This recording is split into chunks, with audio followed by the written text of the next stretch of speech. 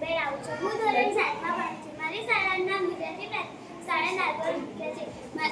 મારી મોડલનું નામ મનુષ્યમાં શ્વસન તંત્ર છે. મનુષ્યનું શ્વસન તંત્ર બનાવવા માટે આપણે સૌપ્રથમ એક પૂઠું લઈશું. પછી એ ગુલાબી રંગનું એક MS પેપર લઈશું. તેના પર ફેફસા દોરીશું અને પીળા કલરના MS પેપર પર નાક દોરીશું અને લાલ કલરના MS પેપર પર હોઠ દોરીશું. પછી તેને કાપીશું.